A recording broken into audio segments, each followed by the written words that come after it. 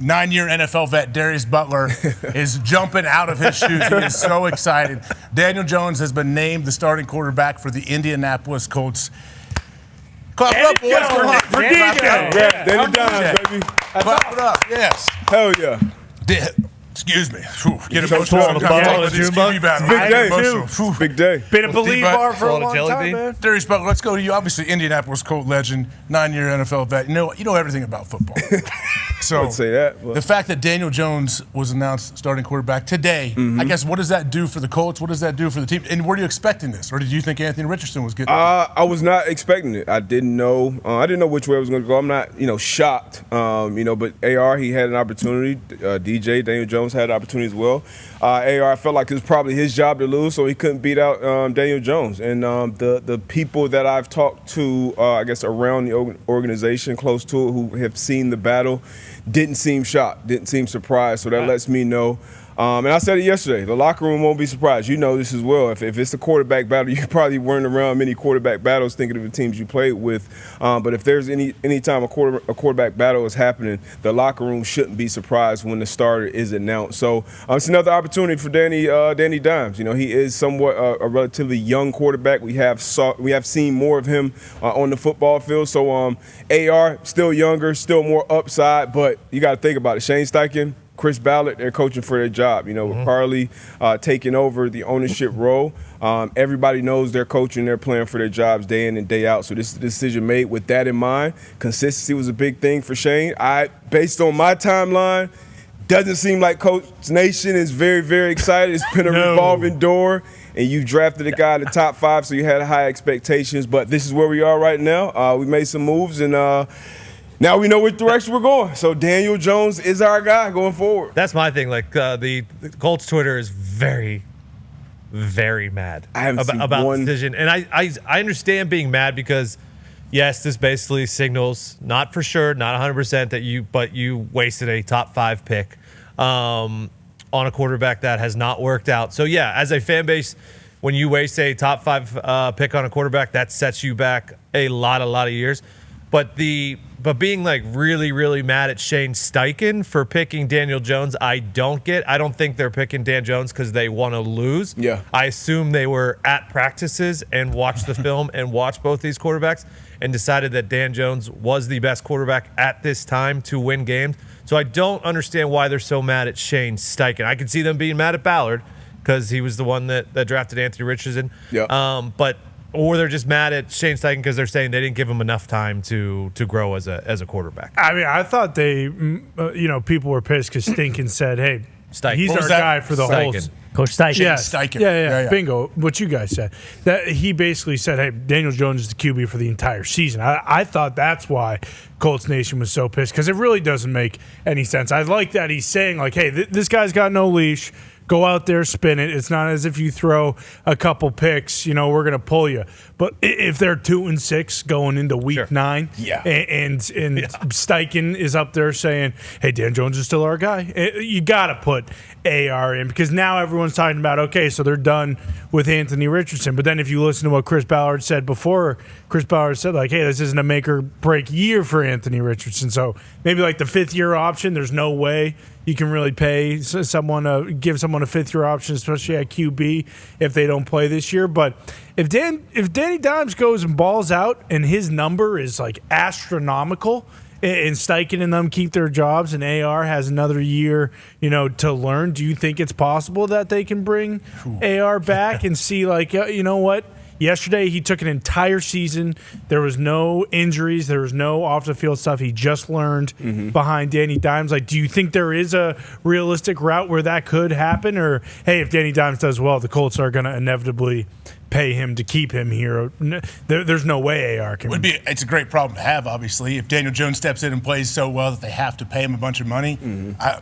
But what do you do with Anthony Richardson? I don't know. I mean, now you got to think about Anthony Richardson also mentally throughout the rest of the season. Like, you got to be ready. We're one play away, obviously, but it's got to be like a jarring blow when you're thinking, hey, I'm going in, here we go. Year 2, I'm healthy now, I feel good. He's done everything and came into camp in shape, all this stuff. And then you realize, hey, I'm not getting the starting nod. But that's the thing, though. You have to realize you're one play away. There will be a time this season when they're going to need Anthony Richardson. I don't know how long that might be for. It might only be a series, might only be for a quarter, maybe a game or two, maybe 10 games. We don't know, but you have to be ready, Ty, right? Well, like Connor was saying, like obviously Steichen, like him saying that Danny Dimes is going to be the starter the whole year is just posturing. Like that's bullshit. We know that's not the case. If they start 0-4, like they're going to go to Anthony Richardson. So it's one of those things where, I mean, but I don't know. I mean, you guys would know more, but like you said, like the locker room's not shocked. Like you can't really pout or anything because Anthony Richardson had every opportunity to win this job. Like, and if it would have been even somewhat close, like they're probably going with Anthony Richardson, right? They wanted him like, to win. so Daniel Jones went out and he won this job, like,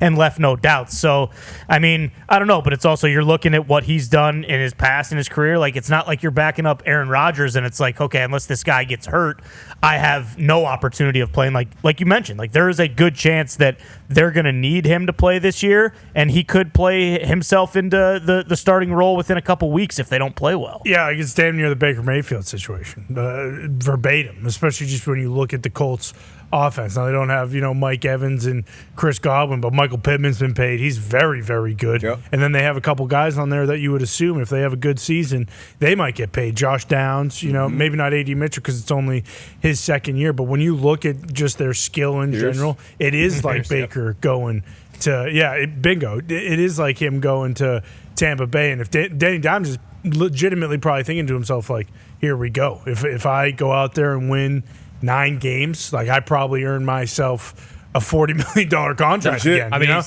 he saw it last year. He finished the season with the Vikings. Like he saw Darnold do it. Like it has happened more lately than I feel like it did. Yeah, I guess who's the next guy? Who's the next QB to kind of revamp your career? It's happening like every year now. Yeah, Geno, Darnold, Baker, like it's happening all the time now. Yeah, and he's a first round pick, so he obviously has to be excited. He has all that we talked about. He has all the pieces, and I said it earlier. It is the NFL. It's not for long. Coaches are coaching for their job. Chris Ballard is GMing for his job, and I feel like he's done his job to put a good roster together around these quarterbacks. And he has to feel somewhat good because you go out and take a shot drafting Anthony Richardson, but then you bring Daniel Jones in, who had a competitive market somewhat. Like other teams wanted Daniel Jones to come in and play for him, so you bring him in, and then Daniel Jones wins the job. So now, okay, you rest on you use the piece around it. Jonathan Taylor, the offensive line, the pieces on defense. Who you got to get healthy and they have to play better. Bringing in Lou over to call the shots on defense. So you have some hope, but as a team, as a locker room, it is good. You hate not really having that direction, not really knowing who your guy is. And we just mentioned those names: Sam Darnold, Geno Smith, Baker Mayfield, who have revived their careers in different places. So it will be that opportunity there. It'll be tough for Daniel Jones. It is good, being named the starter for the year, but he knows, I'm sure he hears the noise. He knows the fans aren't clamoring. The fans aren't. But he's coming from New York too. So, he's used to kind of dealing with those things, man. But it's going to be loud. It's going to be tough. But as Colts fans, I'm sure you're frustrated. A lot of people are kind of, I'm seeing a lot of Arch Manning, Brock pictures. He's not coming out next year, that's what they're saying now. We'll see. But I'm still hopeful as a Colts fan. I got to be optimistic. It is August 19th. So we got our guy, and both of these guys, regardless of who won the job, I felt like we would have seen the other quarterback at some point in the season, just based off what we've seen with these guys, not only just playing wise, but health wise. These aren't like necessarily Iron Men up until this point in their career, at least. So I think this isn't the last we've seen of AR, and I hope he stays prepared. He stays ready for his next opportunity, whether that's here or somewhere else. And for the AR side, you can, I don't know, maybe give Bryce Young a call because he got benched last year. So, and he's coming back and he looked number one pick. Yes, number one pick. Looked really good. Has looked really good in training camp this year. They love what they're seeing going in. So you can come back from this. True. How difficult is it though with like the whole thing with AR has been like, hey, this guy needs reps. He needs to play. And it's like, okay, he's not going to be getting any reps. Yeah. So it's like how does he actually get better when like all the physical stuff is there, but that is his biggest thing is like this guy needs to actually play football to get better at it. True. It's tough because it's true. Like, you're going to want to give all your reps to your starting quarterback. Correct. Like, especially even if you throw a couple reps here and there to Anthony Richardson, hey, take the last couple of walkthrough or, a few here, you're definitely going to have reps for him. But if you're not the guy and you're not the one that is going to be in there, like of course we got to focus on who's going to be in there on game day. Like that's going to get the majority of our attention and the majority of the reps. So for Anthony Richardson, how do you continue to develop when you're not getting those valuable reps? It's like the whole cliche. You got to get the mental reps. You got to prepare like you are the starter. Yeah, you do. Yeah. Sometimes that's hard to do for 17 straight weeks. Yeah. Do you think they have to? This is like a hey, you kind of have to trade this guy type of situation. Anthony Richardson? No. Anthony Richardson. Yeah. Like if you're. No, I don't think so. Okay. No, I don't think so. It's not like a when you have a guy with such a big, I guess, brand, and it's just going to cause a lot of distractions, like a Cam Newton or a Tim Tebow, or it's not one of those type situations. I don't think it'll be a distraction because we all saw his career, and how it's unfolded when he had the opportunity last year and the year previous with the injury and everything like that. So we've all seen it, and we know why he's the backup. And these guys, we see the preseason games, but we know that's just glorified practice. Those are 2-3 practices from these guys compared to whatever else they're doing in front of the teams and in front of the front office. So I don't think it's a situation. I think you still, you try to develop him, and once that opportunity comes, you got to harp on him to be ready, and it's going to be on him. Like we're talking about, get him reps and develop him. Yeah. And it's a National Football League. We're feeding each other's families. Like I'm responsible for you and the food you put on your plate, and same for coaches, same for people in the front office. So you want the best for Anthony Richardson, but if I'm Chris Ballard, Daniel Jones better get these reps, and I want to see him getting better week in and week out. And the same for Shane, and everyone else in that building.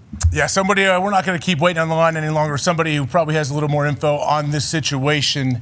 He's the host of the Move the Sticks pod. We all know that. But before we even get to this, DJ, hold on a second. I know you're waiting for us, but check out this Dr. Pepper. Look at that Dr. Pepper. Wow. Kidding me, Dr. Pepper. Ice cold. Official drink of the Thunderdome. If you don't like Dr. Pepper, you're not an American, probably. That's well said. Right? Well said. That's as simple as it can be. And with that being said, please welcome Mr. Daniel Jeremiah. Daniel, what's happening, brother?